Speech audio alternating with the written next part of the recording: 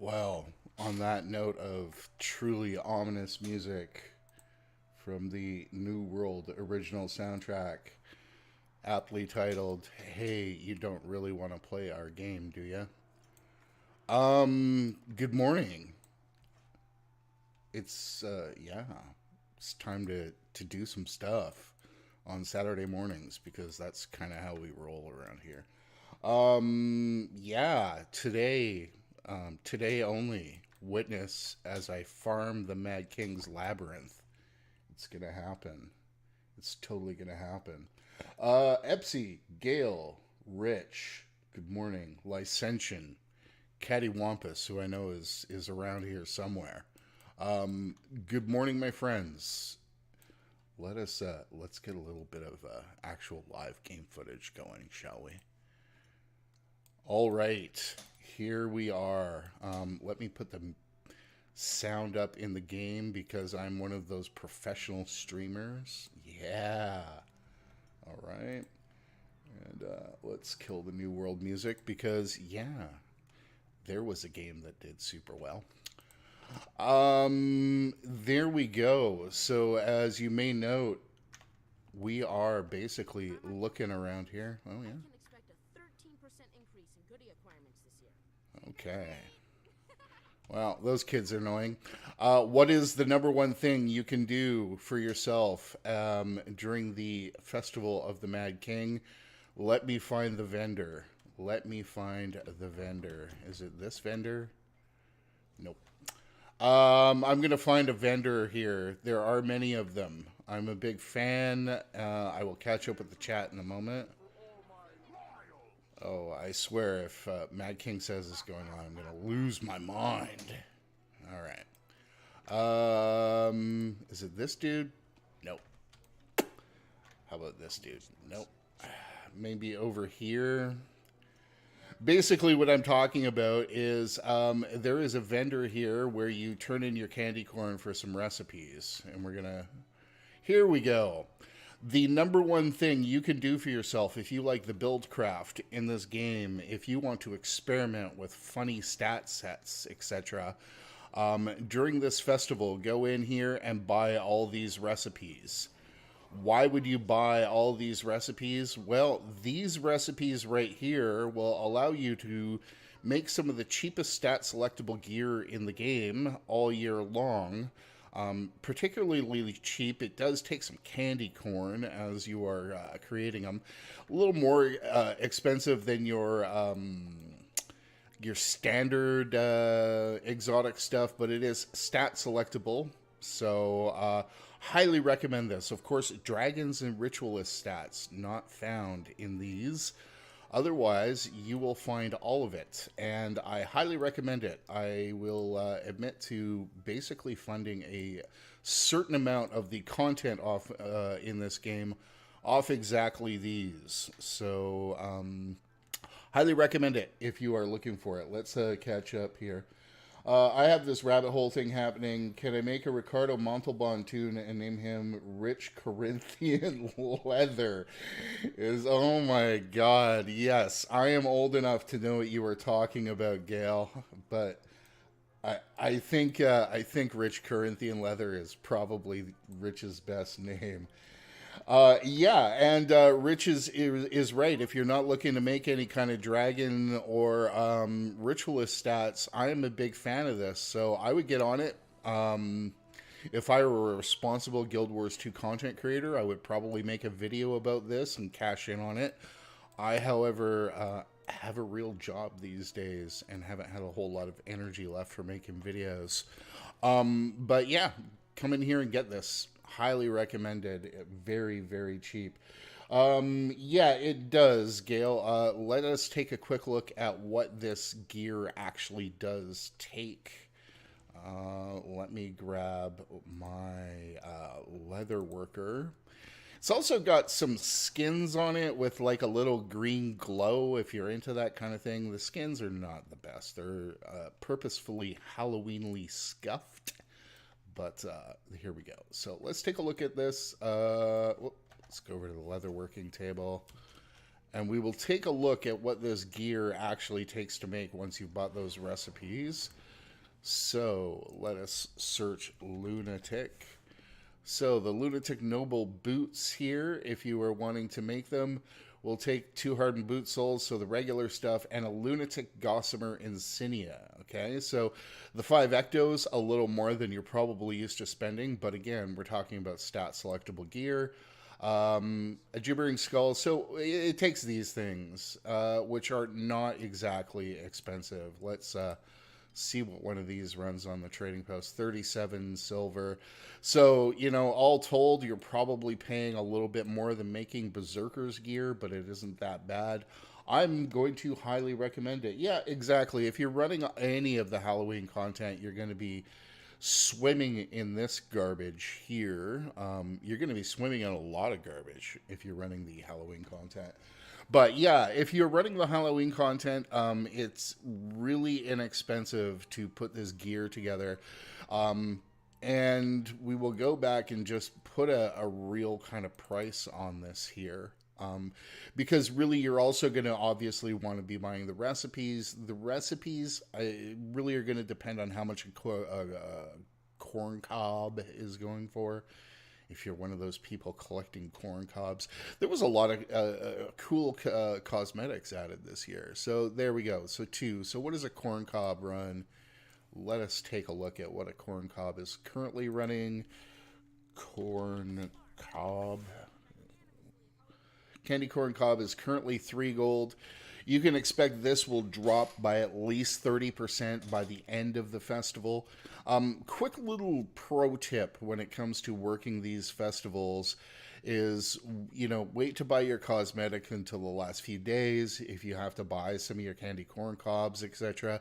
And the reason for that is as the festival goes on, the price on all this goes down as more people flood the economy with these things.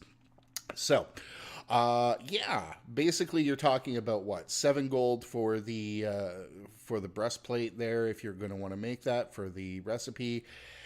It's pretty cheap, particularly if you're talking about stat selectable gear, which I know is something that a lot of people kind of shake their fist at, and probably rightfully so. I mean, it's not the easiest thing to get in the game. But there you have it. This is one of my favorite things. One of my favorite things.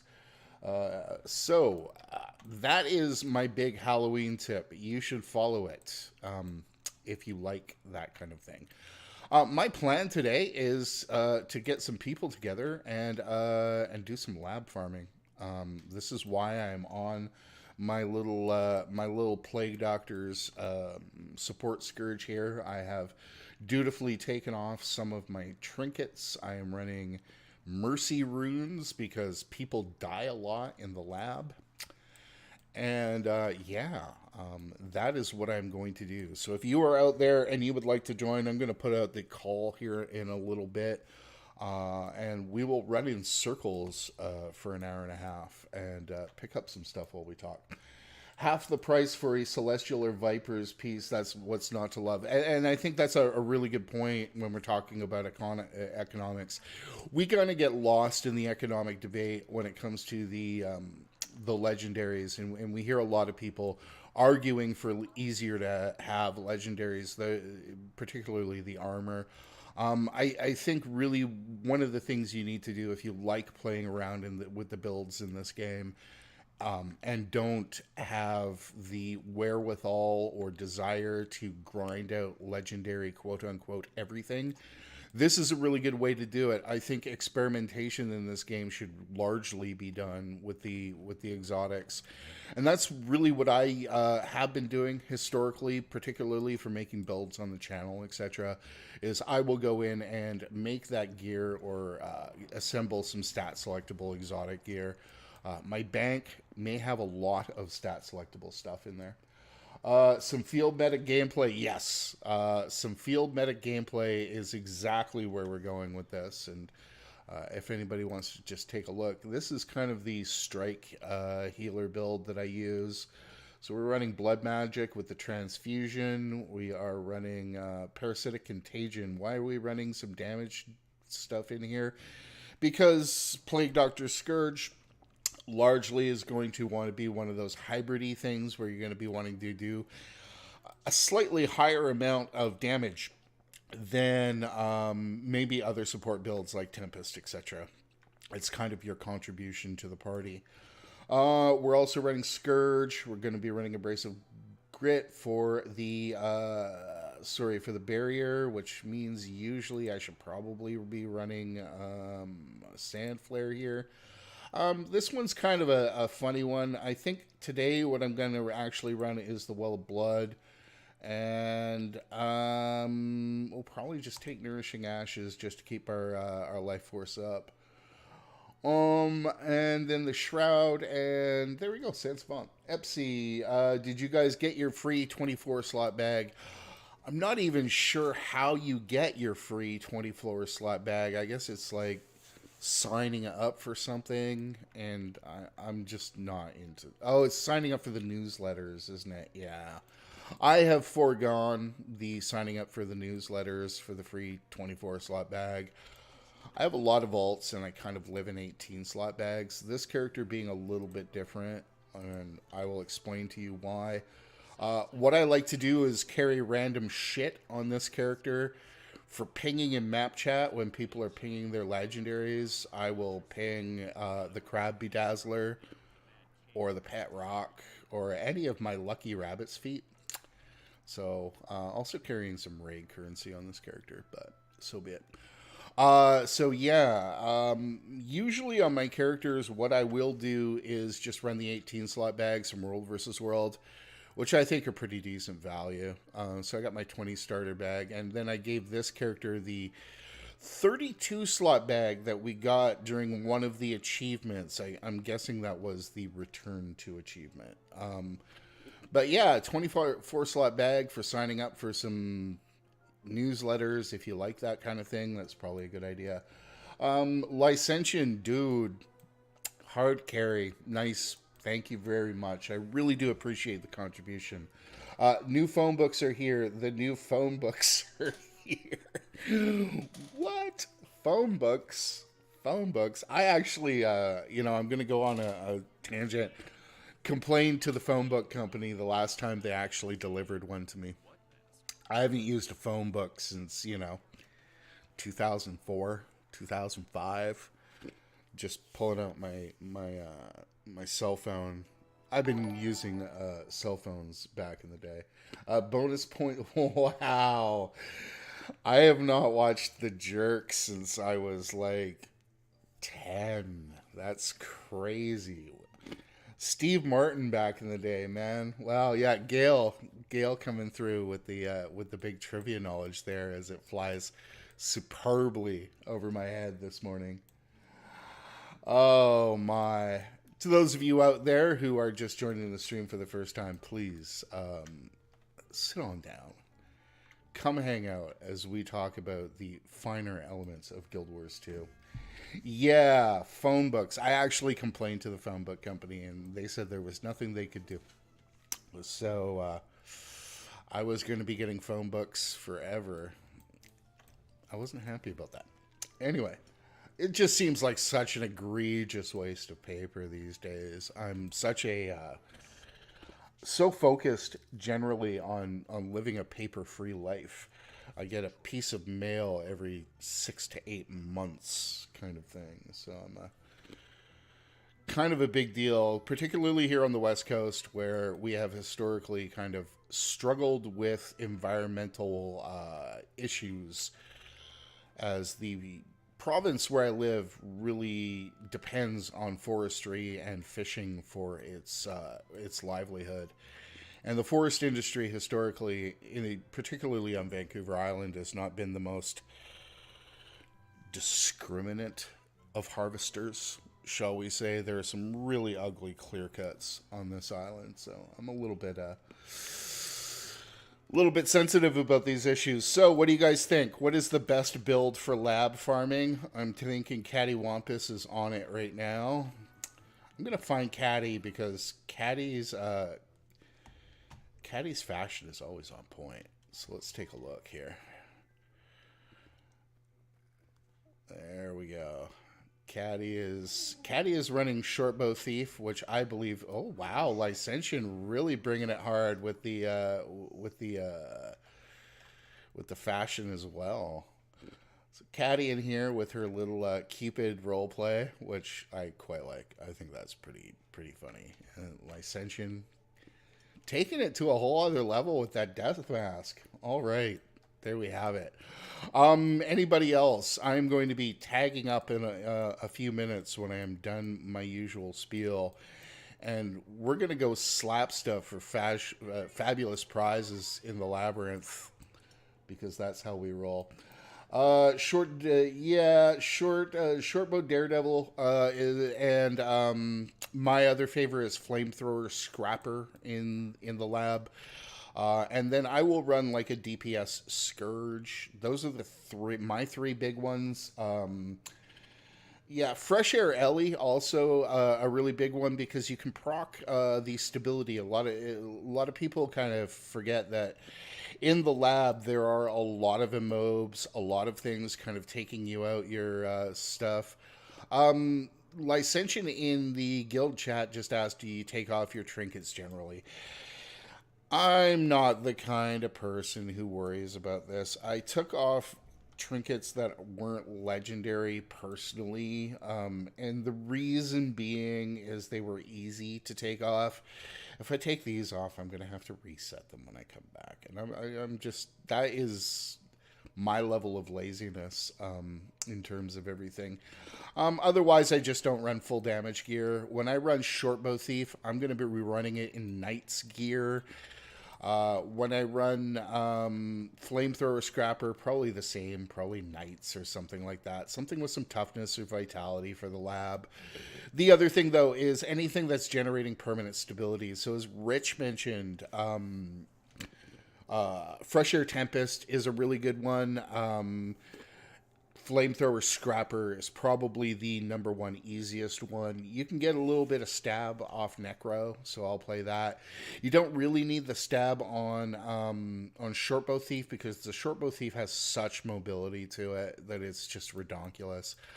There are a couple of builds up on the channel made particularly for lab farming with some exceptionally cringy intros, which I am pretty proud of.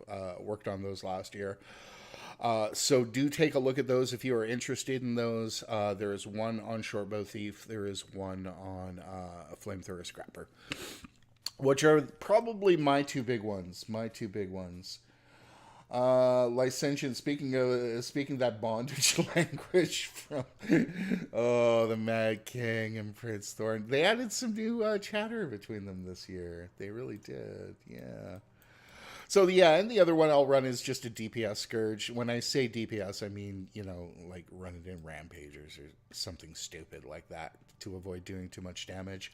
But let me go into the Labyrinth, and then I will set up hopefully get to a map without a tag on it, and set up an LFG.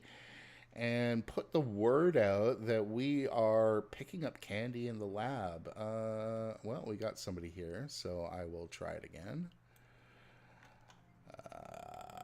The real key at this point will be finding a map without a tag on it, which, whatever. I guess they are paying a little bit of attention. We got, I love invisible barriers. They are paying a little bit of attention to the LFG. We saw a little bit of a quality of life improvement to the LFG, where it's telling you if the instance you're trying to get in is full. There we go. We have an empty map.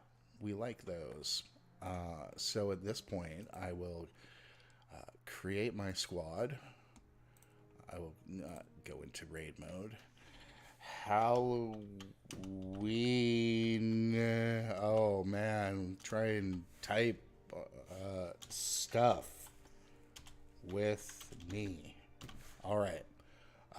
We are accepting that. We are taking ourselves out of raid mode. What else are we doing with this? Yeah. Okay. So the next thing I'm going to do is just throw up something here. running some lab memes if anyone wants in. And we will put ourselves in the LFG as well. Let's do that. Let's see if I remember. Where do we put these? We're going to put these in here. Yeah, here. Okay, advertise your group. Chill Lab.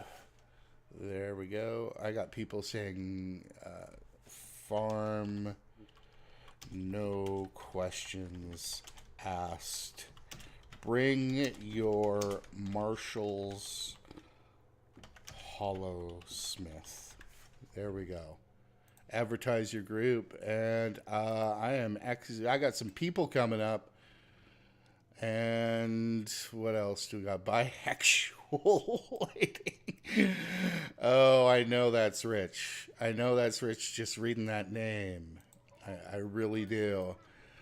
We'll get some other people in here, and we'll slap on some doors. Do I have any food?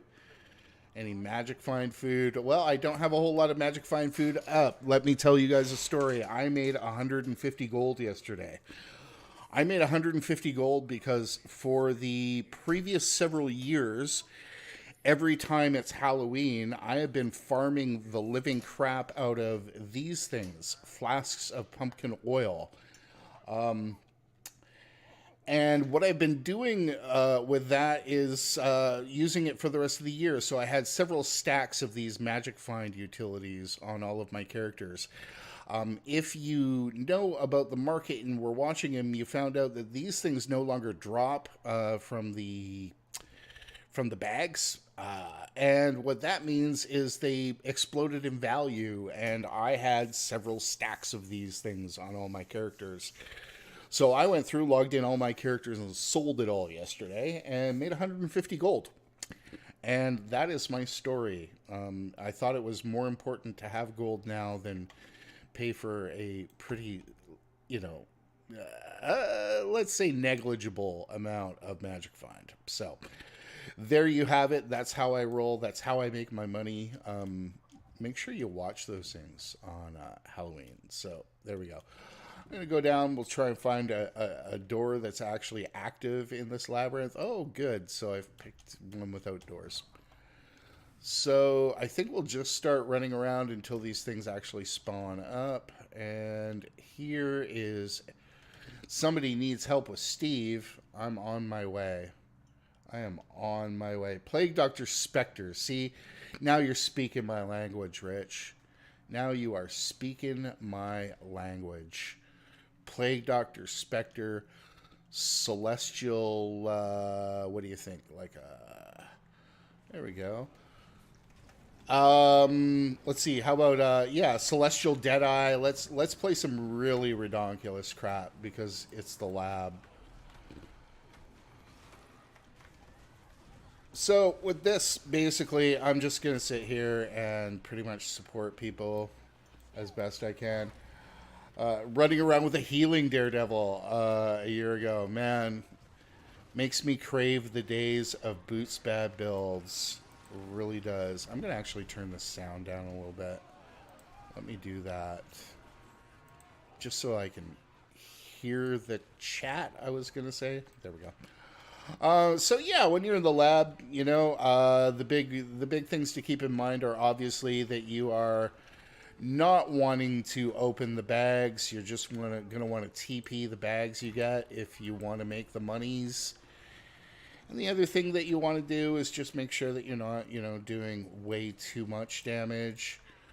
We got a mechanist in here who might be really pushing it.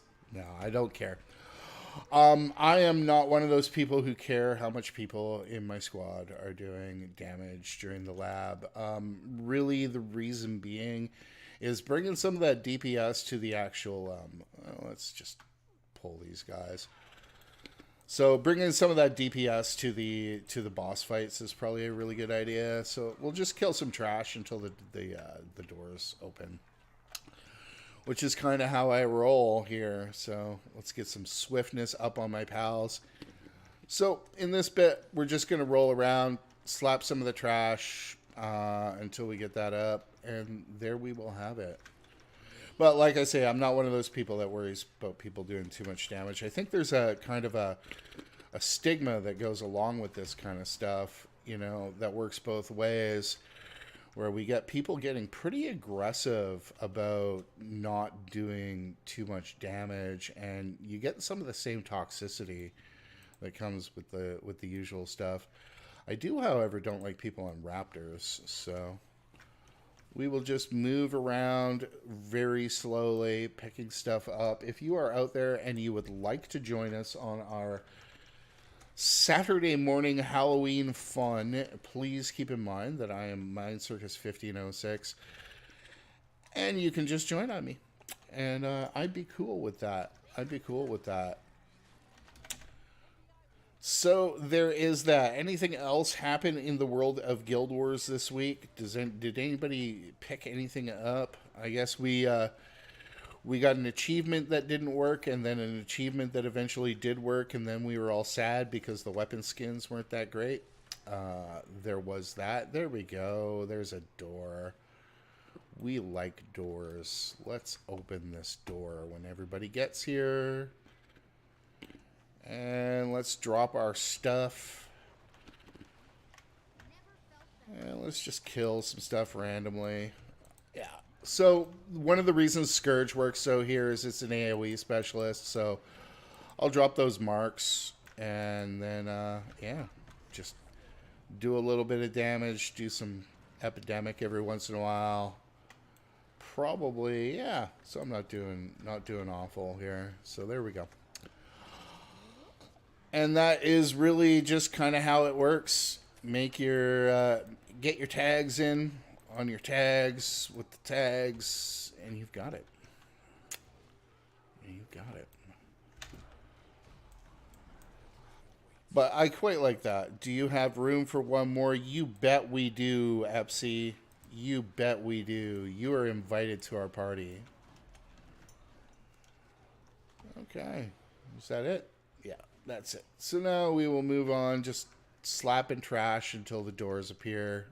I don't like to get too aggressive about it. You can map hop and start doing some of that stuff, but really, I'm just going to do a couple of auto attacks and move on, let people carry that. This spot's really good on the trash. You know, don't forget the trash in the lab. The trash is pretty valuable. So we will go up this way. Just want to just kind of slap a few things, and there we go. Of course, the staff, not the quickest auto attack in the game. Any of you guys have any other thoughts about ways to maximize your Halloween fun? For me, I'm going to end and begin. Oh, Licentian, giving me the shameless plug. Thank you very much. Yeah, I don't know. Going back to what I was saying, sorry, I got a little distracted there. You know, we got the weapon achievements for World vs. World. We had the World vs. World beta. Played a lot of that this week with Fang. We did a whole bunch of World vs. World. I think from the casual-ish kind of perspective, from those of us who aren't tryharding, this whole thing is going to be a really kind of good thing for us once they work it all out. I'm not sure if it's really serving the hardcores all that well. This is another good little spot to just grab some trash mobs. We'll go through here. Just move slowly around, picking up our crap. So I'm not sure if those alliances are really good for the really hardcores. I've not heard a lot of people who are really enjoying it from the hardcore perspective, the Alliance beta. So that's a little disconcerting. This Veldora, opening doors. Those of you guys who are learning about etiquette in the Mad King's lab, you generally want to wait until the tag actually does the triggering of the doors. But again, I'm not going to worry about that too much. This boss is a little interesting for those of you guys who watch people sitting around dying on it all the time. You want to quickly tag these little areas, but you don't want to camp them. Because if you camp them, what happens is you get plowed with the status effects. So we will do that. Obviously, this one you also want to bring a fair bit of Conti cleanse can help in this one as well. But the mechanics are here on this one, and this is why this one tends to be a little bit shaky. But I guess they've nerfed these again this year, so we won't worry about it too much. But that's how easy it is to get a whole bunch of people on your tag. Just tag up in the lab. Do a whole lot of healing here on the boss. Let's see. I will pick you up. The cool thing about this this build is it generates a really big pool of healing whenever you start rezzing somebody. So it's pretty pretty solid in the lab where people are dying a lot. And that's about it. Let's see. I'm not sure anything else happened in Guild Wars land this week. It's kind of been a little quiet. I have not been playing a lot of the games since they noted, since we actually found out about the roadmap. Got a little down about the, whatchamacallit, the content drought, but I'm not letting that kill my fun. I've been playing fighting games. I've been playing Mortal Kombat X and Tekken 7. Mortal Kombat X is... oh, somebody's complaining about it. Anyways. Mortal Kombat X was a really big surprise. I'm not sure I remember a game that had so many cutscenes in it and such a big story for a Mortal Kombat game. So that was interesting. $8 well spent on Steam. Got me a few hours of that. So there we have it. This thing seems way easier this year, you guys. This thing really seems like it was nerfed. Alright, onwards. Let's slap some more trash and head for the next door. Sims 4, absolutely. That went free to play this week. Gail noting that if you are on Steam, Sims 4 went free to play. So basically they are onboarding you with the... Excuse me. They are onboarding you with the free play and then trying to sell you on those expansion packs, which has always kind of been the business model there. So nothing wrong with that. Similar to another game we may play. Yep, giving people that first taste. So be it. But so yeah, Sims 4 went free. That's a really big deal. That's a pretty big game as far as I'm concerned. So if you watch those Steam sales, you will absolutely make a whole lot of money. Or sorry, a whole lot of money. You will actually get a lot of really cheap games if you're watching those Steam sales. They really are one of my favorite things. Because every once in a while you get one of those hidden gems. I know I bought Don't Starve together for like $16. And as well as being cheap, it gave me a second copy I could gift to somebody else. It was absolutely ridiculous when you're talking about value for your gaming. Watch those Steam sales. They are pretty good. All right, so there we go. We will go back down here. I know, I'm not following the usual route. Everybody's all confused. But I like to go back down here. Everybody's going, oh my god, where did the tag go? Not going to lie, the tag, one of the reasons I got my tag was for doing this. Let's go.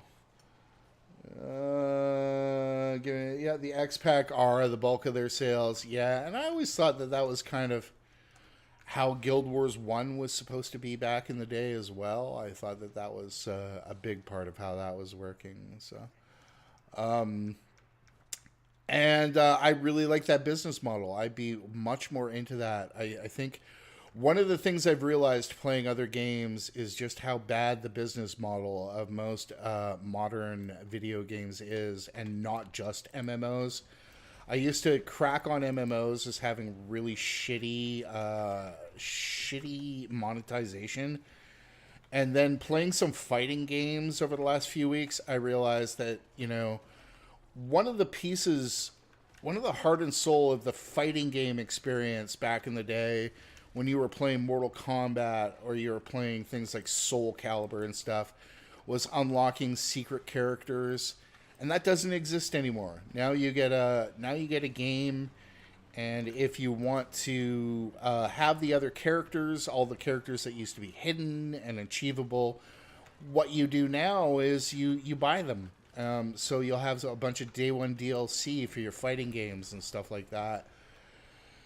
And wow, it just kind of hollows out a cool part of the experience from back in the day. It kind of makes me sad. MMOs being the same way, as we've largely, abdicated to the fact, or acquiesced to the fact that basically any and all cool cosmetics will be found as gem store purchases unless we're playing a submission game. And that, again, used to be kind of a cool part of the game, and to not have that anymore, I think the game loses something. So I don't know. Maybe the solution is to just go back to buying all our video games straight out for $80. It's a hard call. It's been an interesting week for me. A little experience playing other formats of games. Because usually when I would go play other games, when I wasn't playing Guild Wars, I would just play other MMOs. So going and taking a look at some of the other competing formats has been interesting. The other thing that was on sale on Steam was some DLC for Don't Starve Together. Going to be playing a little bit of that coming up as well. Call of Duty. Yeah, I mean, Call of Duty is another good example. Absolutely. I actually have not played any first-person shooters. I think the closest I got to playing any FPSs over the last few years was playing Rust. I played a bunch of Rust with a friend of mine. Rust was Rust, If you're into that stuff, it's pretty cool. I'm not always into that stuff. Huge Call of Duty fan. There's a franchise I never really touched. When it came to those team-based shooters, I kind of lived and died by Team Fortress 2. I liked Team Fortress 2 a lot. But I never played Overwatch. I had a friend of mine ask if I would play Overwatch with him this week. I explained to him that I am quite seriously boycotting Blizzard and their products. I think that Diablo Immortal kind of put me over the edge with Blizzard. So I just won't play any more of their games. I actually had boycotted NCSoft until I tried Guild Wars 2. I didn't touch an NCSoft game for a good 5 years, and the reason being was they canceled City of Heroes. So I'm a big believer in, you can complain on forums and you can, spread the word, but the reality is the only thing that these game companies listen to is their bottom line, so I just wouldn't play any of the games. I mean, ArenaNet got lucky in that Guild Wars 2 is a really good game. It was good enough for me to kind of put aside my hurt feelings over City of Heroes, and then I learned, the shutdown of City of Heroes, not completely NCSoft's fault, was it? May have had a lot more to do with the original developers of the game than we originally thought. I like this one. This one's got all these juicy trash mobs. So this is really nice. Stabilized Prophet Crystal. Wow. Okay. Somebody in Fang Chat is pinging the Stabilized Prophet Crystal. So be it. Anyway. On with it. So, yeah, there was that. This is a cool little corner of the lab. This is really nice. And for those of you who are unaware of what we are doing right now, I may not have really explained it. This is part of the festival for Halloween. So, obviously, you get a lot of festivals in Guild Wars 2. They do like their seasonal content. And, you've always got something to look forward to with these festivals. It's pretty cool. I've seen one game do Halloween better. I've seen no game do Christmas better than Guild Wars does. There's absolutely no question about that. The City of Heroes did Halloween better than Guild Wars because the event involved going up and knocking on doors. So you would run around the city and you would just like knock on doors, and sometimes you get a treat, and sometimes you get random villain mobs popping out. And so what you would do is just get a team of 8 people together and just go knock on doors. So it was very much in keeping with the whole holidays tradition about the trick-or-treating thing. I was a really big fan of the way they did that event. Maybe not as much content as over the years Guild Wars 2's added to its festival content, but thematically, I'm not sure you did better than City of Heroes with its Halloween festival. Not sure. I think SWOTOR had some Halloween content that I was not a fan of. I know that WoW does a really big deal about Halloween, and I'm fairly sure that Final Fantasy XIV does as well. But I never made it to that point in Final Fantasy XIV. Just to... am I going the right way? No, I want to go this way. That's what everybody wants to hear from their lab farm tag. Oh, am I going the right way? Am I maximizing? Yeah. Everybody's being super chill. This is pretty good this morning. I can't really complain. But like so much. Oh, somebody with the birthday cake. I'll buy that for $1. Yeah, I will. So we will pick up the candies, as it were, and we will move on with our lives. I just always liked in this one, how everybody would do this. Oh, we got to stop here for a moment, and we have to appreciate Midnight's fashion, because Midnight has been doing a Scooby-Doo roleplay with some of the other people from Fang, and has done Char Daphne. That's a big win. That's made a win in my books. The closest I got to it this year was the Batman and Robin roleplay that Caddy and I did for Ultimate Duos there a couple of weeks ago. We min-max our lives. Yeah, we min-max something anyways. We min-max our... I don't know. I don't feel very min-maxed these days. I've been taking it very... You know what the other thing I was doing this week, and I will share this with you guys as a personal note. I have been cooking. I've been cooking a lot. And by cooking, I mean I've been doing air fryer experiments.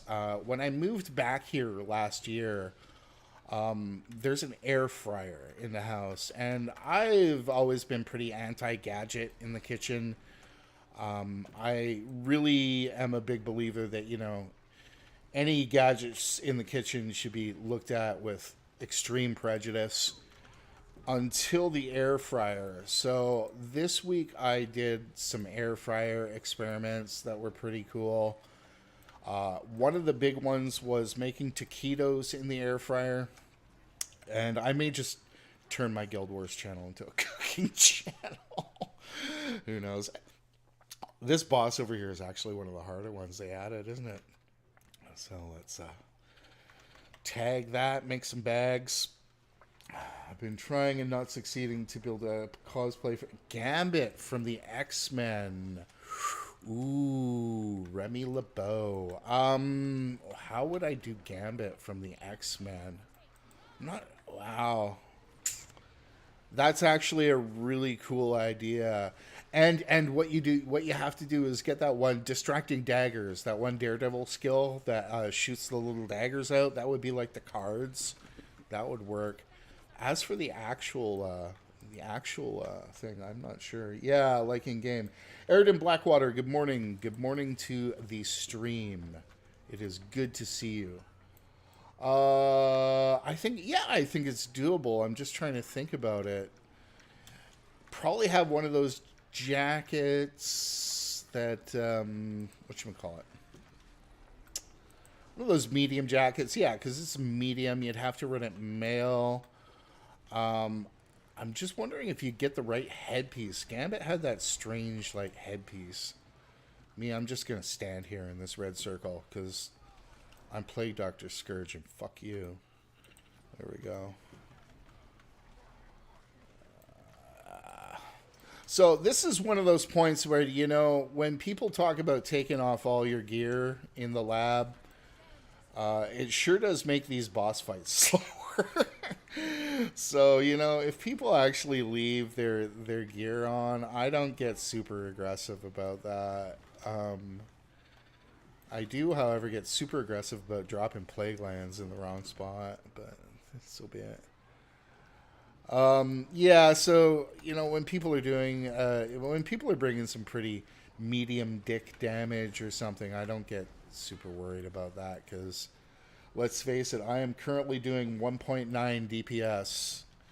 Go me. Better get that rotation ready. Headpiece and coat are both doable in game, I think. I've got to think you could find some really good boots on that as well. You know what the boots would be? The boots would be the, not the air, sorry, the Magitech boots. You want to put the Magitech boots on that, I think, would probably be the right play. Let's pick you up. I will, oops. And I will pick you up. There we go. I do like how this is basically a will bender, and we didn't know it the last year when they added this boss. You know, they added a will bender to the game. I thought that was pretty cool to realize this year. After our expansion memes of 2022. Other good cosplays, I don't know. I can't do cosplays because I got Rich kind of showing us all up with his advanced top tier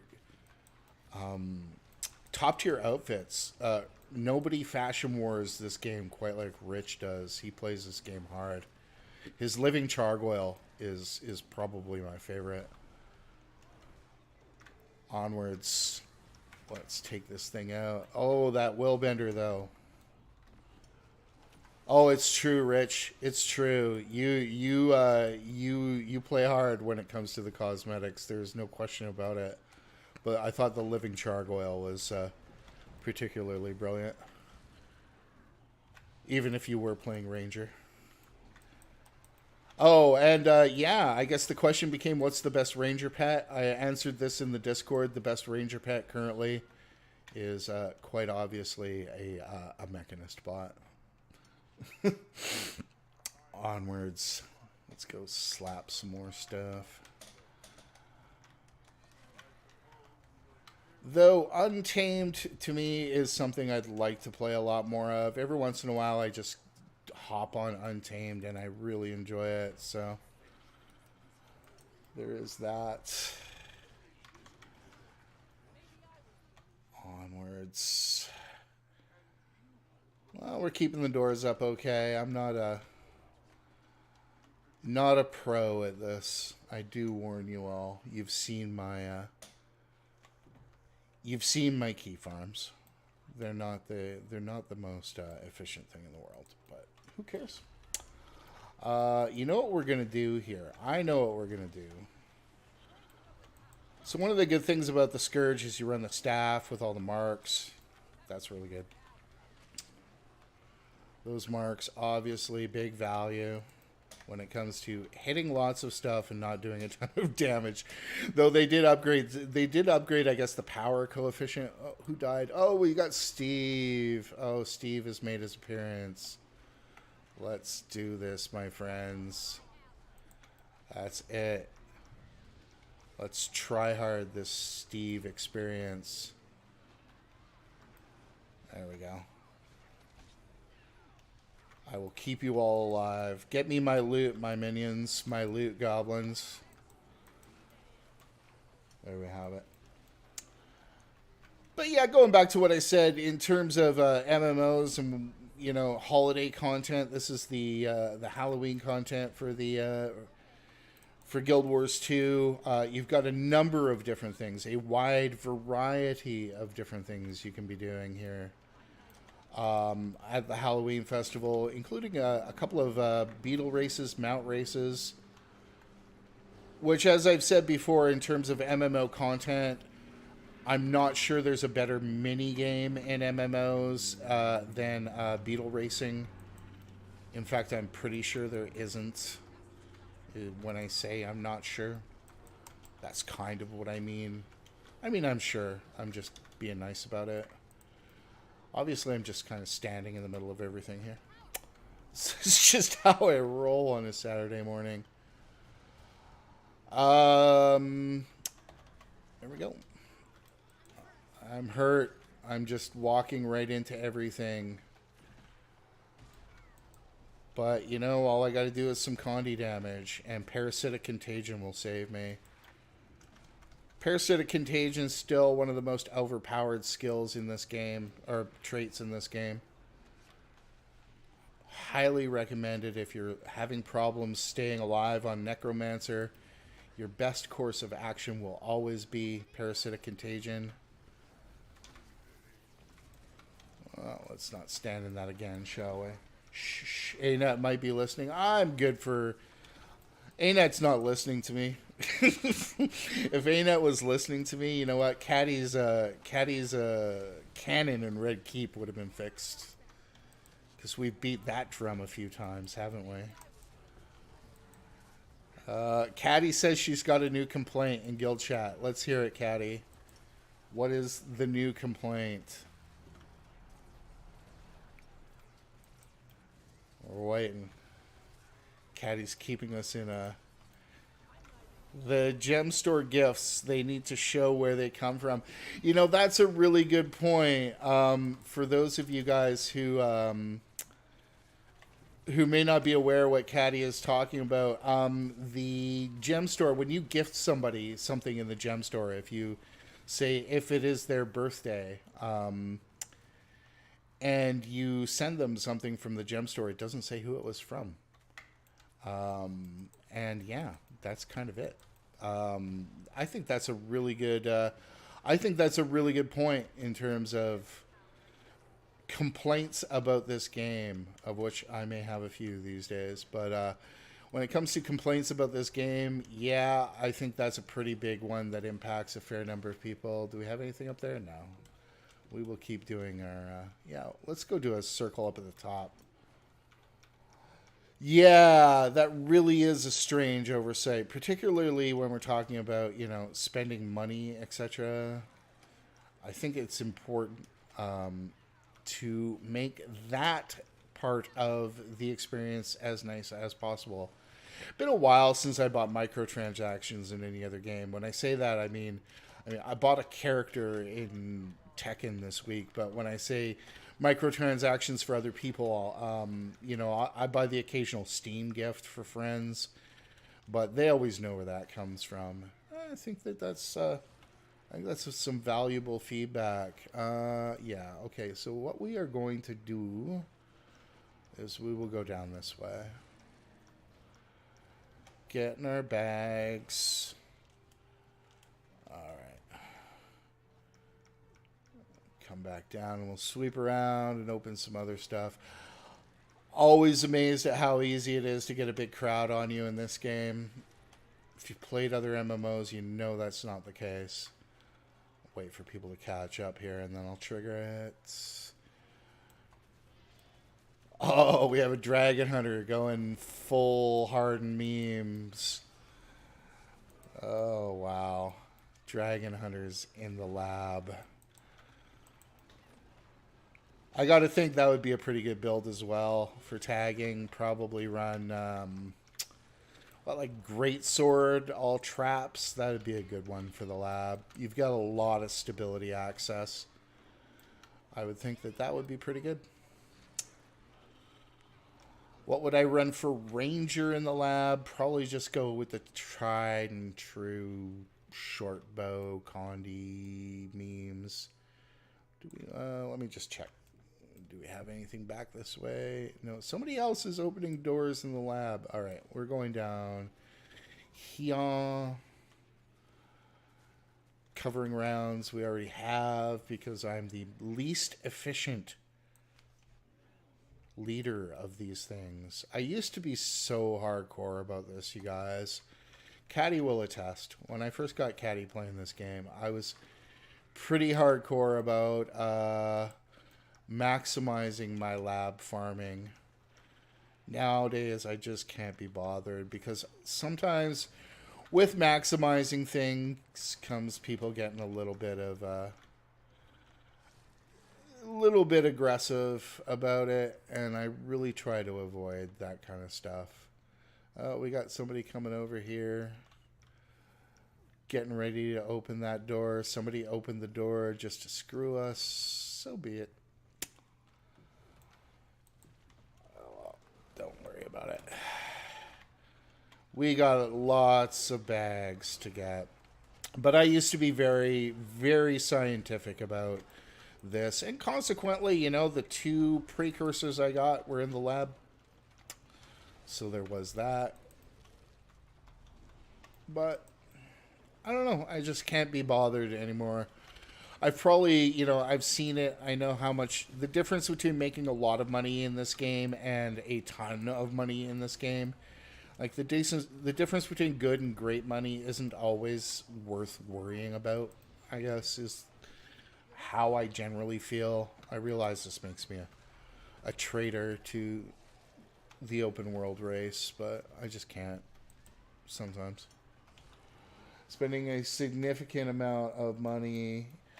I mean, you know, the difference between if you try hard this versus if you go chill on this, you're talking about 20 versus 25 gold an hour. And is 5 gold an hour worth getting worried about? Not in my books. It really just isn't. You know, but then I made 100 gold yesterday. So I'm probably just talking out my ass at this point. What can I tell you guys?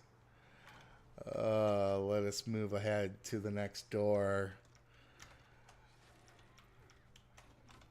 So, does anybody know about the lore of the Mad King? Because that's something I have not really gotten into. I guess there's I did the whole Mad Memories collection. Yeah, there's another good one. If any of you guys are struggling for Ascended backpacks, there is a really cool achievement for some really nice backpacks called Mad Memories. And I highly recommend you do them. If you like the story behind the game, a lot of the story behind this festival is explained during that, and highly recommend it. It's not bad. It's not bad lore if you like reading text. It's pretty good. It's pretty good. All right, next boss. So, who wants to bet somebody else triggers the other door? All right, let's put those down, and we will see. We will see if somebody else does that. I really like these 2 bosses they added last year. I think these are really great. Dysfunctional family becomes a holiday event. Yeah. I just thought, I think the way they tried to ham-fist Joko in there was a little rough. I realized Joko was part of the original lore behind it, but I really thought that it was ham-fisted the way they've tried to put him in here and everything. Just kind of our best villain kind of bit, which I don't even think Joko was the game's best villain. I think that distinction belongs to Bangar Runebringer. Yeah. I'm a big fan of Bangar. All right. This really seems to be smoother this year. I don't know if all the changes they've made. Licentian, yes. Thanks for hanging out with us for a little while. Thank you very much for the donation earlier. Always great to see you in game, and we will see you soon. Absolutely. I guess I could just walk right into that thing over and over. That's probably the best way to do it. Why do I keep getting punted out? Who knows? It's almost like I don't know I'm a ranged character. There we have it. Oh, yeah, and I'll drop Plague Lands over here where it does nothing. pro gameplay, my friends. Pro gameplay. This pro gameplay brought to you by Muscle Memory.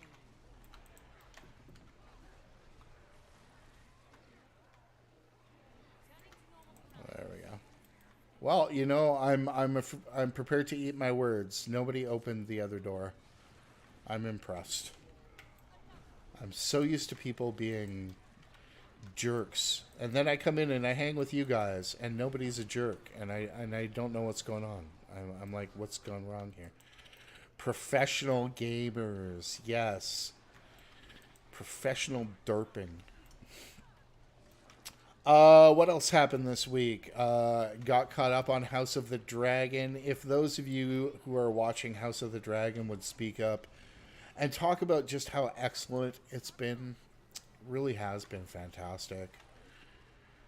I know that it's popular to hate on Game of Thrones, but wow, I've been very wowed by that. The other thing I was watching this week was something else on Netflix, and I'm forgetting what it was. Oh yeah, I got further into Sandman this week, which was really nice as well. So those of you guys looking for some television, that would be my recommends. I don't watch a lot of it.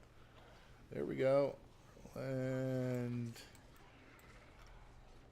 give me my loot, yo.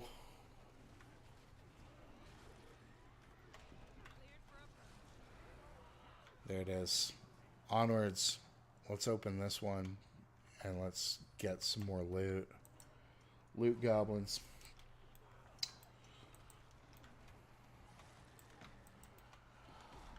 I don't know. What would it take for me to get really engaged with these kind of seasonal things again? I'm not sure. Probably some all new events. And I think we're past the point where they're going to be adding, you know, new content to these things. Somebody in there complaining about knockback. Okay. No complaining, please, on my tag. That's just how we roll on Saturday mornings. More knockback.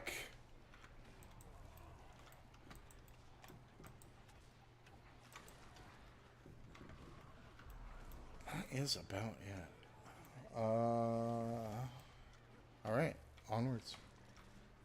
It's the longest I've gone streaming without taking a break. I did it. 1 hour and 10 minutes. It happened. Okay. But we are getting our tags in. And there we have it. So where do we have doors now? Okay, yeah, you know what? We're going to go up here, and then we're going to take a little break. And then we will get back to it. But I will get everybody up here. We'll get the door at the top here, and then we'll take a 5-minute break. Because, you know, if we don't, Cattywampus can't smoke any marijuana. And when that happens, man, shit gets ugly around here. Shit gets super ugly. Yeah. See? Yeah, that makes no one happy. Catty is right. All right, let's do this, and then I will let my crew know. 5-minute break after this door. And then we will do it again. Kung Pao Charkin. Hey, Cloudy's here. That makes me happy. Thanks for the fun, Mike. Got to take the kids to the pumpkin patch. Thank you, Big Sexy, for joining us. Epsy, that's who it was. I kind of not known who that was. So, Epsy, yes, thank you for joining. Thank you for coming to hang out with us. And I'm just going to go up this hill. And then we will do it. All right. There we go. And be right back, guys.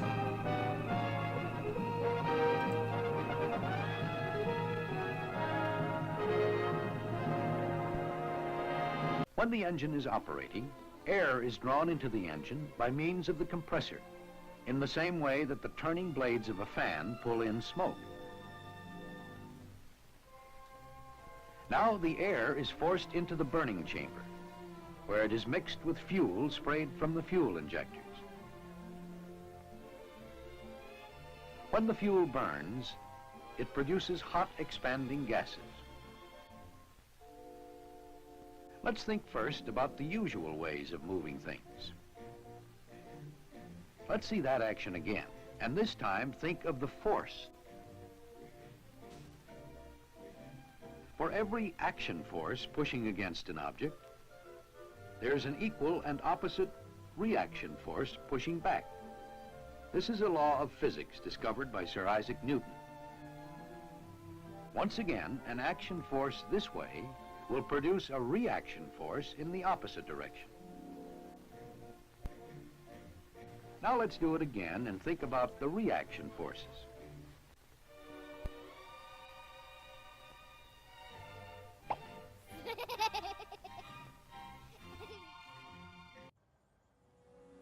Sure, I could have stayed in the past. Could have even been king. But in my own way, I am king. Hail to the king, baby.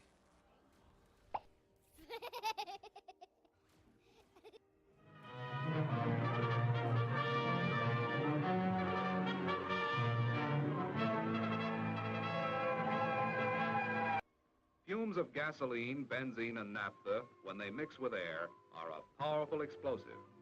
And when they reach an open flame,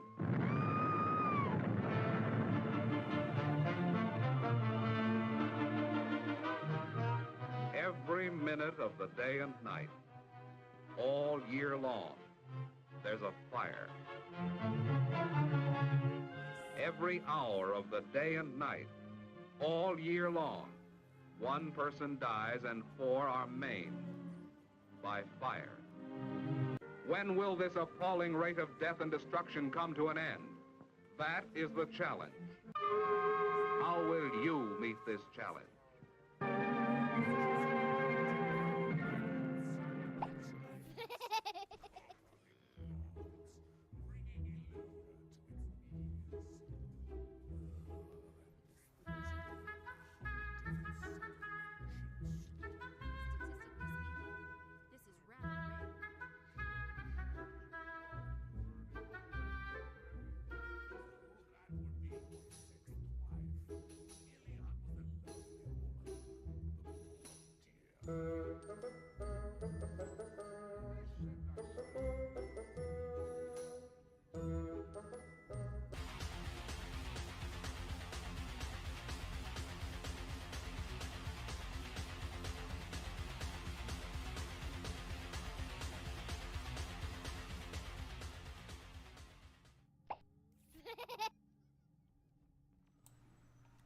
All right, we've returned. We've returned from our break. I'll give everybody a couple more minutes and then we'll just get started again. Here we have it.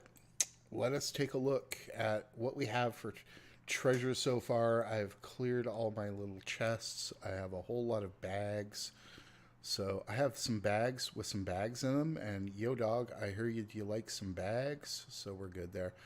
I'll wait to open all this stuff up. We'll take a look at the end. Oh, look, I got some named exotic gloves. What are these? Precision, toughness, and Condi. Rabid gloves. I love me some rabid gloves. Time for... I should have made an cheap build for the lab. That would have been good this year. If I'd been thinking about these things. I have, however, been working pretty hard. My part-time job that was supposed to give me time to work on content has turned into a full-time job. So I have been working a lot this week and then cooking. So that is kind of where we're at. If I were a responsible content creator, I would be out there hustling to hit my numbers, but I am not. So let's go. Where are we going? We'll go this way. I think there's a door up this way, and we will go to it, and we will fight something and get some more candy. One of the things I appreciate most about this, I think we're going this way, is that? Yeah, okay. One of the things I appreciate most about this festival, I'm just going to fly over that race, is how it replicates the idea of getting all these like little bags of candy and you end up sorting through it and stuff like that, which I really gets to the root of, you know, what we loved most about Halloween when we were kids. And I think the game does a really good job of that with this Halloween festival. Like I say, I was a fan of the knocking on doors in City of Heroes. I thought that was kind of fun as well. But this is easily one of the better ones. And, you know, it kind of gets to the idea. People complain, oh, all this crap in my bags. Well, it's like, you know, don't you remember some of the garbage that you had in your bags when you were kids after trick-or-treating at Halloween? You know, you get that one person up the street that wanted everybody to have healthy treats. And, of course, your mom wouldn't listen because there was some urban myth about people putting razor blades in candy apples. And, yeah, Halloween growing up in the 70s and 80s, that was no joke, my friends. We had such beautiful urban myths about Halloween. My first Halloween, now it's fentanyl Skittles. Oh my God.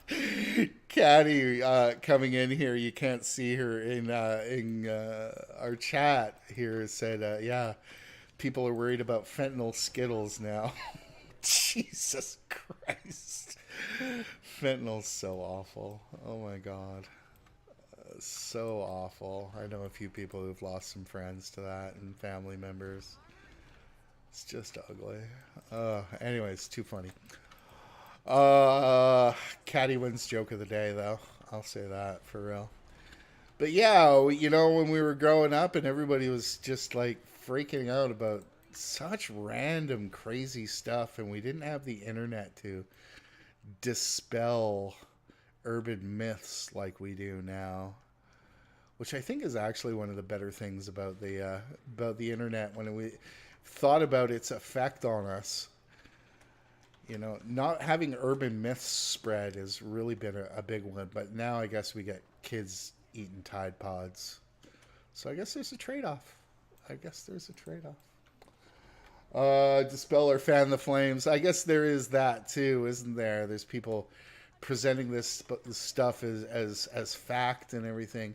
But I guess what I'm talking about is, I don't know, do you ever used to play 6 Degrees of Kevin Bacon, which is a game where somebody names an actor, and it's your job in 6 steps to link them through, you know, movies they used to be in. But you can't play 6 Degrees of Kevin Bacon anymore because everybody just pops up their cell phones and brings up IMDb, you know.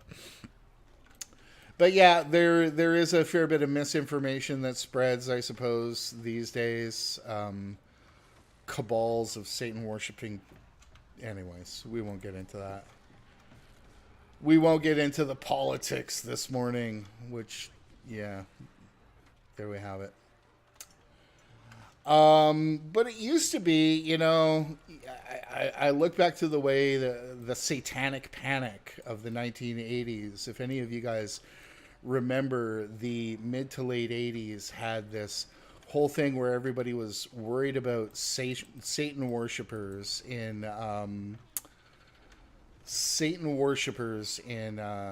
childcare facilities and stuff like that.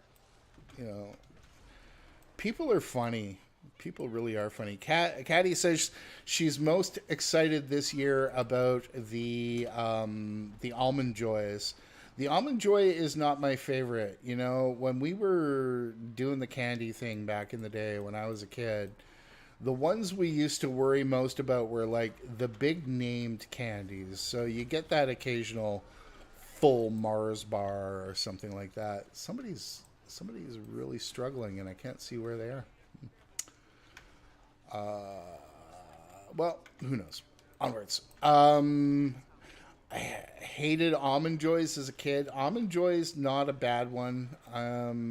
Not the best of the Halloween candies.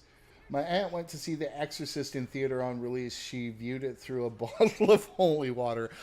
It used to be a Halloween tradition of mine that I would go see one of the Saw movies every year. A big fan of the Saw movies. I'm a big horror movie franchise fan. Those of you guys who know me know I love my horror movies. I still haven't gotten around to watching the new Hellraiser.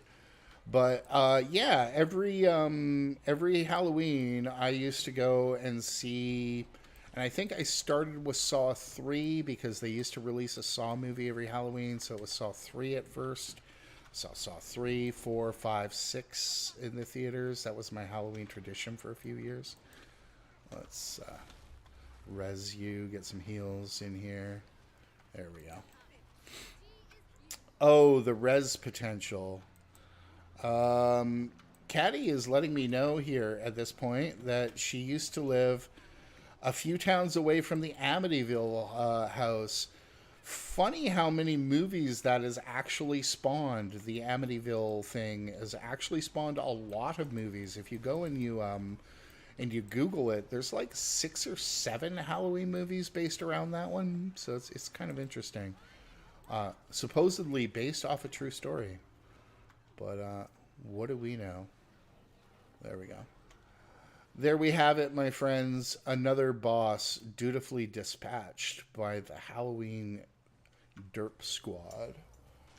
I have mixed feelings about the new Hellraiser. It's an okay watch, but it's not a great Hellraiser. Well, here's the thing about the Hellraiser franchise. The Hellraiser franchise has been in a really shitty state since the early 2000s, and here's the reason why. There have been a lot of really bad Hellraisers over the last 10 years. And the reason for that is that the company that had the rights to the Hellraiser franchise actually was legally obligated to make movies. Whether or not they had a good movie to make. So what ended up happening with the Hellraiser franchise over the last 3 or 4 of them before this new reboot was there would just be movies that somebody would write a script and they would adapt into a Hellraiser movie.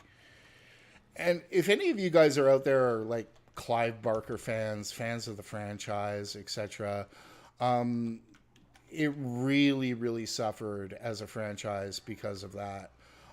So we ended up with a situation where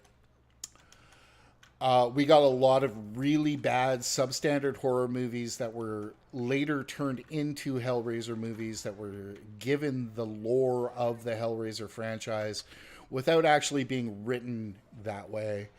And just awful, awful movies. So the new one I actually am really excited about because the new one, let's do the big boss first. Okay, somebody's done that one, so we'll get the big boss, the Viscount here. Oh, look at me getting killed. That's a bad look. Okay. And the new one was made by some people who were fans of the franchise, who were fans of the original novella, which meant that Pinhead was actually an androgynous character in the original novella. If you've ever read it, I'm a huge fan of Clive Barker's work. Oh, somebody actually did spawn the other one as well. Oh well. So I'm actually really, excited to watch it from that standpoint. But the reality of the franchise is it kind of reached its peak with Hellraiser 2, which was, I think, as Clive Barker himself described it, a passable, low-budget sequel to a low-budget horror movie. I think he nailed the head when he described Hellraiser 2. But I think that the franchise hasn't been the same since the first 2 movies, really. Homeless Advocate, I love Guild Wars 2. I also am a big Guild Wars 2 enjoyer. Welcome to the stream. Compared to the first one, it's subpar. Yeah, but really that's always going to be the case. The first Hellraiser movie was largely a love project of Clive Barker's. If you know anything about Barker, that was one of the ones that he actually directed, which I think means a lot. He directed a few really good horror movies as well as having written them. Those being Nightbreed, Hellraiser 1, and the Harry D'Amour one. I forget the name of it.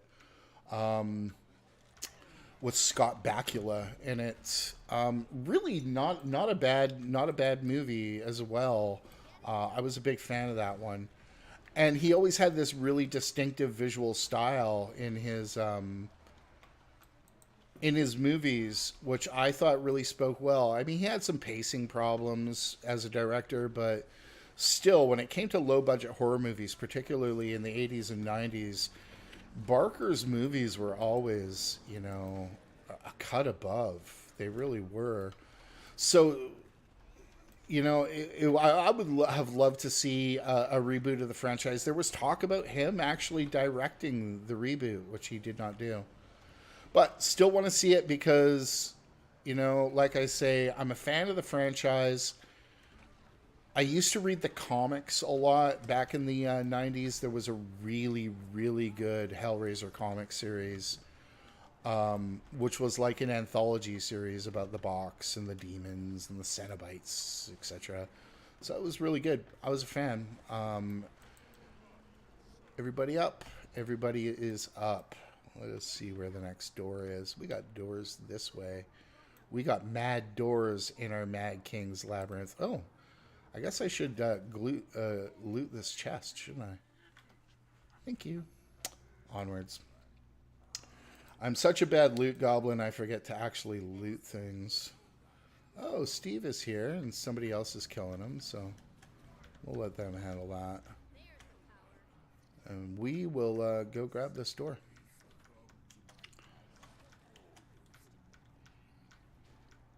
I guess we could probably go up and tag Steve. Let's go up and hit Steve a few times, and then we'll come back for this door. We got it. We're here. We're saving you from the chainsaw-wielding skeleton. Yeah, they really nerfed Steve. They really nerfed Steve. I remember Steve back in the day when we used to have to walk uphill to school in the snow both ways. He used to kill people. Now, not so much. I say as I use my insane res potential of the Plague Doctor Scourge with the Mercy Runes. So, we'll hit it. But yeah, going back to what I was saying, I actually met Clive Barker once. Went to a book signing of his back in the 90s when he released Imagica, which was actually one of my favorite books of his, particularly. He used to just write these amazing books, Weave World and Imagica and The Great and Secret Show. And back when I used to read books, before I had jobs where I was reading screens all the time, and don't really read for pleasure much anymore. There we go. Let's see where we're heading next. Oh, just around the corner. Doing all the doors.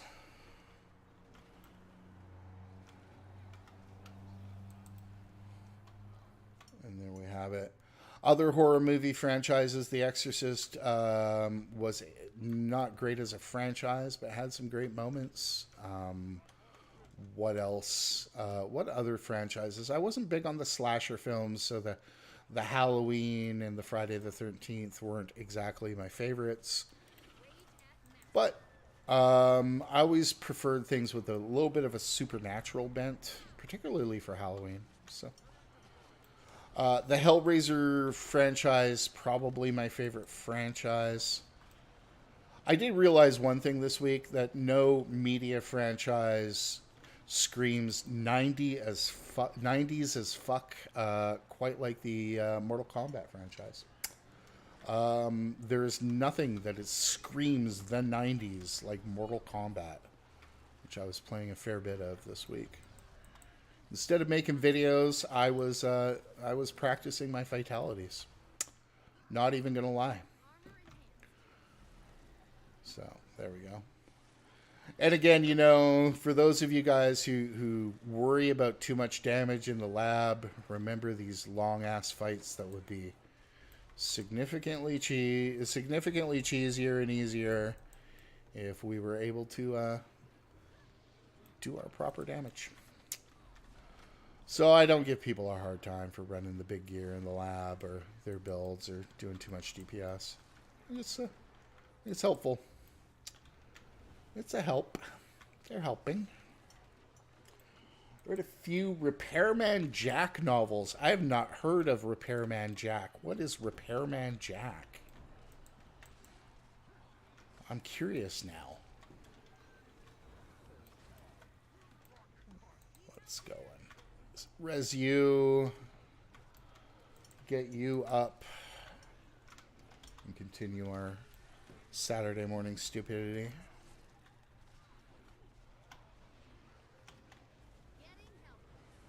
Oh, I think I've dropped like 18 plague lands and none of them have been any good today. But at least I'm not out DPSing people. The other thing, you know, to keep in mind is you got to do a certain amount of damage to get a decent amount of return in the lab. And taking, you know, the naked run sounds good and everything, but got to get your bags. Gotta get your bags. F. Paul Wilson, the author, he's sort of a shadowy world equalizer. Problems often supernatural in nature. You see, that sounds really cool. That sounds really cool to me. That's the kind of stuff I used to vibe on. That was the cool idea behind one of Barker's characters. Harry Demora was a supernatural private investigator. I thought that was always like the coolest idea for a character. He would handle all these, you know, demon summoning bits and stuff as a private investigator. There we go. I hope we're all getting good candy. A little bit of Reacher flavor. You know, you have knowledge of worlds I am not aware of. It's true. Gail, you're talking about media franchises I've never heard of. But that's what happens when you live off Netflix, I suppose. There we go. I'm not sure these epidemics are always doing the best value, but, you know, I'm not going to worry about it. I'm not going to worry about it. It's Saturday morning. It's the recovering librarian. Wow, that would be a cool job.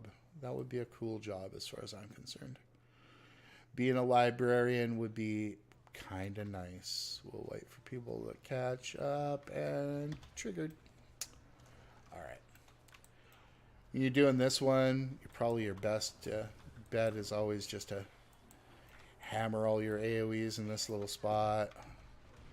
Roll your face across the keyboard because you're playing Scourge. Again, I will highly recommend Scourge for your lab farming needs. Staff Scourge is just an AoE beast.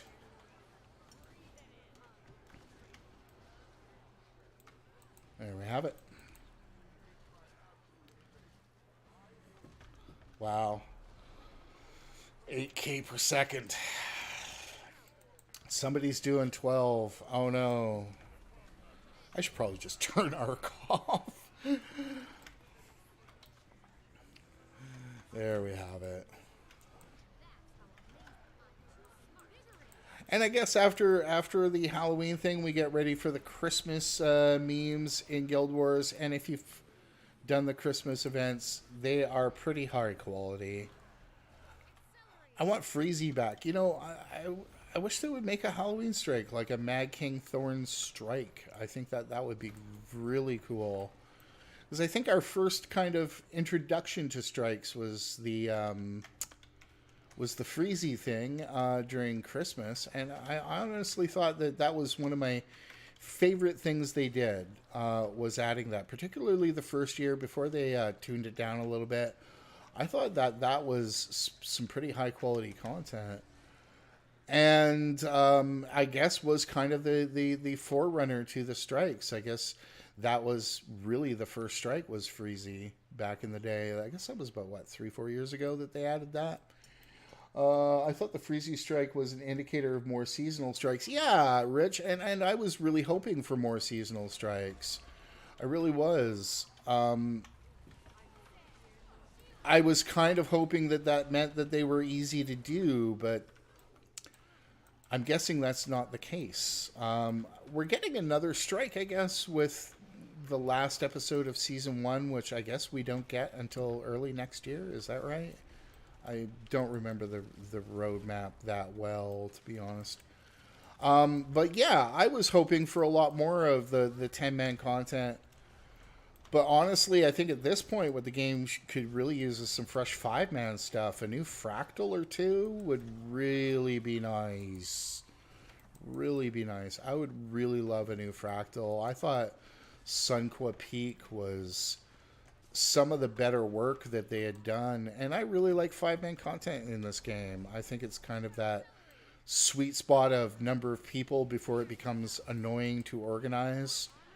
You know, that's kind of the problem with instanced group content, is you get to that certain magic number of people that becomes hard to organize. And I think 5 people is just about perfect. And I think the move to 10-man content, I get it. I love the 10-man content. I really liked the EOD strikes. I loved the Ice Brood strikes. And I really was, again, yeah, like I mentioned, I was hoping for a strike for Halloween at some point. I was hoping for like one to be on rotation during every festival, and that we haven't gotten any of that is kind of, I don't know, a little disappointing. Not awful, but yeah. Still holding out hope. You, my friend, are a far more generous hoper than I am. I've become a little bit down. Oh, you know what? The other thing I did do, and I mentioned this earlier this week, is I did play a whole lot of World versus World with Rich here, and Sage, and Cloudy, and a couple of the people from Fang. Really rediscovered my love of World versus World this week.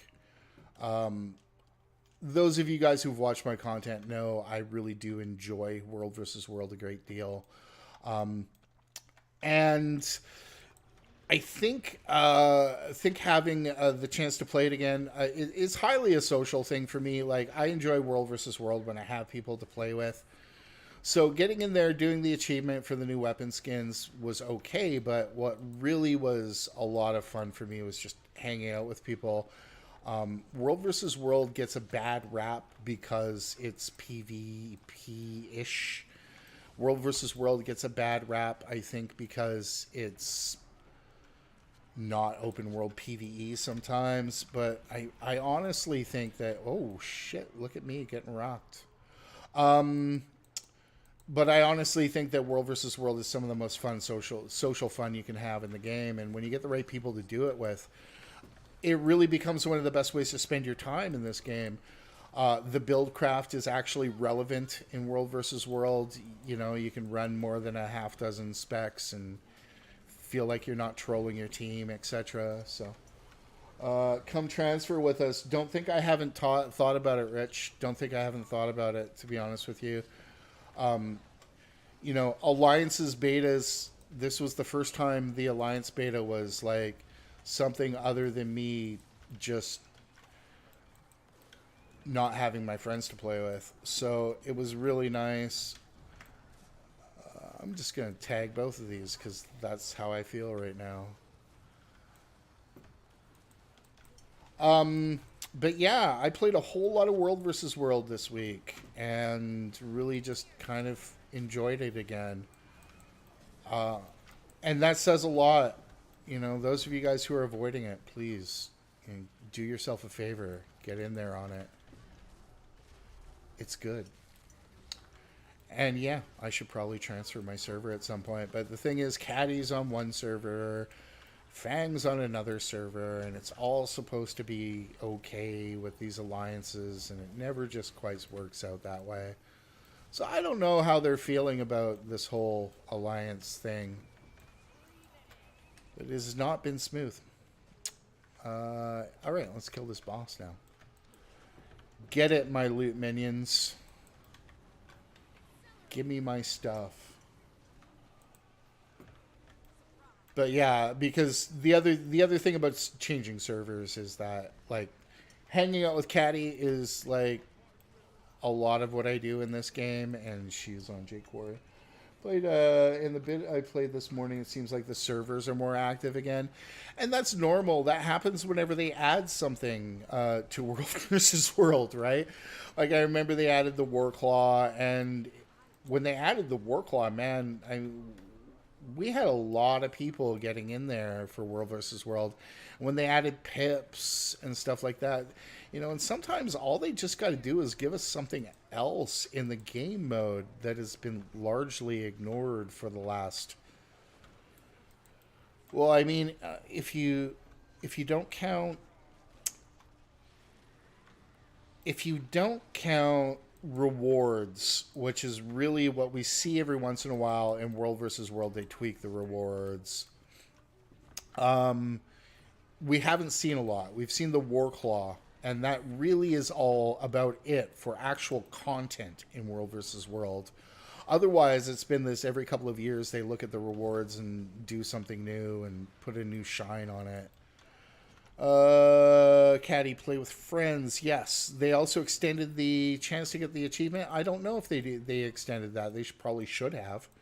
Seemed really strange that achievement wasn't working. That seemed like one of those oh dear moments for ANET and World versus World. Yeah, Caddy saying it all seemed typical. Turizna, this event, you meaning this Halloween thing? Yeah, we're fans. We're fans. It's kind of fun. But yeah, it does seem Caddy's saying it seems kind of typical when you get this kind of scuffed implementation of things in World versus World, and this second-rate treatment of the game mode. And, you know, if you like the game mode, you've got every right to feel a little bit cheesed off, particularly over the last 3 or 4 years, when we were promised something that they then stopped working on nearly immediately, according to Grouch. And it's not a good feeling. It's not a good feeling, particularly if you're supporting it. And there are a lot of people out there that full-on support World versus World. Like, they don't just play it. They're in there getting people into it. They're really kind of pushing what World versus World is and what it does, and getting people involved and making community resources and stuff like that. There's a lot of people out there making content for World versus World on YouTube, etc. And to get into these kind of situations where that gets largely kind of forgotten and not really paid the proper respect, I think doesn't do the game any favors. And I think the same can be obviously said about raids. I think at this point the same could be said about fractals. I think you can. Upside, it was fixed retroactively. Yeah, it was fixed, and it was fixed retroactively, and they did get it working in time, etc. I just it's not a good look to ship these things, because that's the kind of thing that QA should have caught really quickly. As somebody who has worked QA in the video game industry, there is no way that should have gone live. And there's no way that shouldn't have been seen. And if it was seen, then, you know, why wasn't it addressed? Where's our nearest? Yeah, we'll probably go around this way. There's no way that shouldn't have been seen. And if it was seen and shipped out because of a deadline, etc., which is probably what did happen, that's really unfortunate. It really is unfortunate, because it isn't a good look.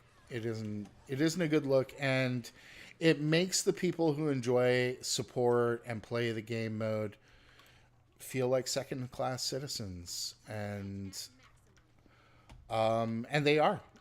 There's just no question about it. So they get to the point where it seems typical. You know, whenever we see one of these balance patches that they have to fix 2 days later because they've left this outlier trait, you know, that goes up. And I guess this time it was a warrior trait that was overperforming. And it's totally not a good look. It really isn't. And it really leads to some bad feelings from people. And Arc breaks the game. Yeah, you know, well, I mean, that's on us for running third-party plugins, really. We got a Steve sighting. Let's get Steve. I will res you. That's how I roll. All right. I think we'll make our way back to center after this and call a cap on our Saturday morning fun. Take a look at how many bags we got. For those of you guys who are running this event and wondering why you have no money, keep in mind that the money you make off this isn't by opening those bags. It is absolutely by selling those bags on the TP. I'll do a quick little demonstration. Kind of important distinction. The difference there is rather large. So if you're doing this to make money, and a lot of people do this is where they make their gold. Yeah, you absolutely want to sell those things on the TP. We'll take a look at that. I think after Steve here, we will put a cap on it.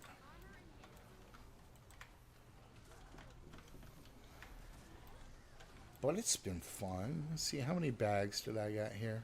So 1 cob worth about 3 gold. So every 1,000 of those you get is good money. It's like running around mindlessly farming them bags. Yeah, there's something to be said about the grinding experience, which is something that Guild Wars tries to go out of its way to avoid. And when I talk about grinding, I'm talking about actual grind. You know, there's people that say, oh, the legendary is a grind. No, that's not a grind. Grind is like when you're playing BDO. And doing literally the same activity for hours at a time, either because it's lucrative or you're hoping for a drop or something like that. So this is absolutely grindy. There's no question about that. Oh, we'll get this other door here because of it. But BDO is like a grindy game as far as I'm concerned. And while I enjoyed a lot of things about BDO, you know, it's got a certain gameplay loop to it that World of Warcraft people are very familiar with. I think it's a gameplay loop I first experienced playing the original Diablo, where you will just do the same thing over and over and over because it's the best thing to do. It's either the quickest leveling or the quickest treasure or gold gain, etc. Diablo really had that gameplay loop down pretty hard. The whole series anyways.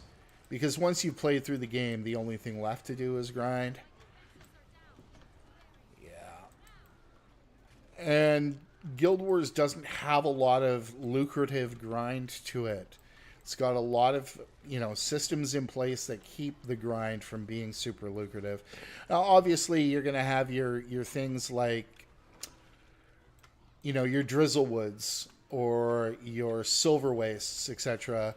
And I think Silver Wastes is probably the most grindy. It's probably the you know, the meta event with the least variation to it.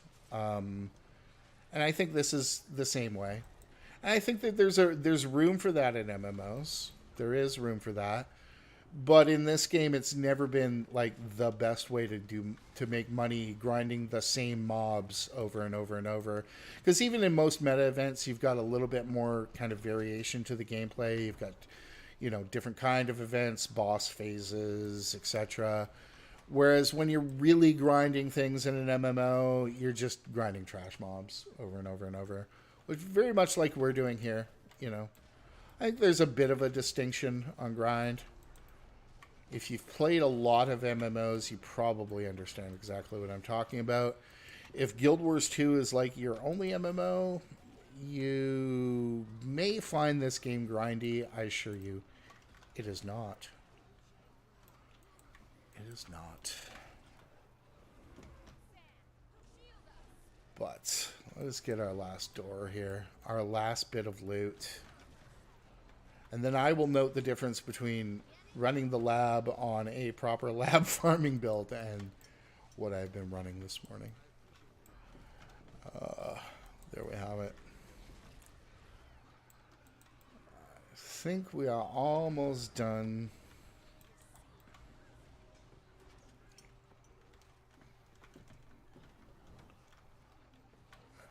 All right. Gail, it's as grindy as you let it be. I think there is that. I just don't think it's as grindy on purpose as, say, a BDO. That is all my loot loot minions. I think loot goblins is actually trademarked. Okay.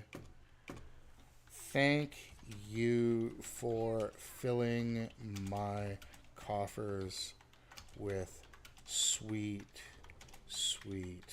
loot. And I will tag down.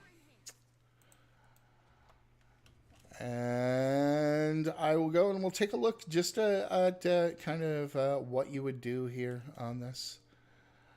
I will come around this way and I will go up here and I'll just a few last little bits of what I would call advice on how to manage this. So if you're in it for the fun at this point, you're just going to open these bags. If you are in it for the loot, grabbing this and selling it at the trading post, let's see how much that's going for. So, you know, you're talking about 9-10 gold for a stack of these things. On a proper squad, you're getting a couple of stacks of those an hour. And if I start opening those, I'm sure there'll be a lot more. Then you'll sell your cobs as well.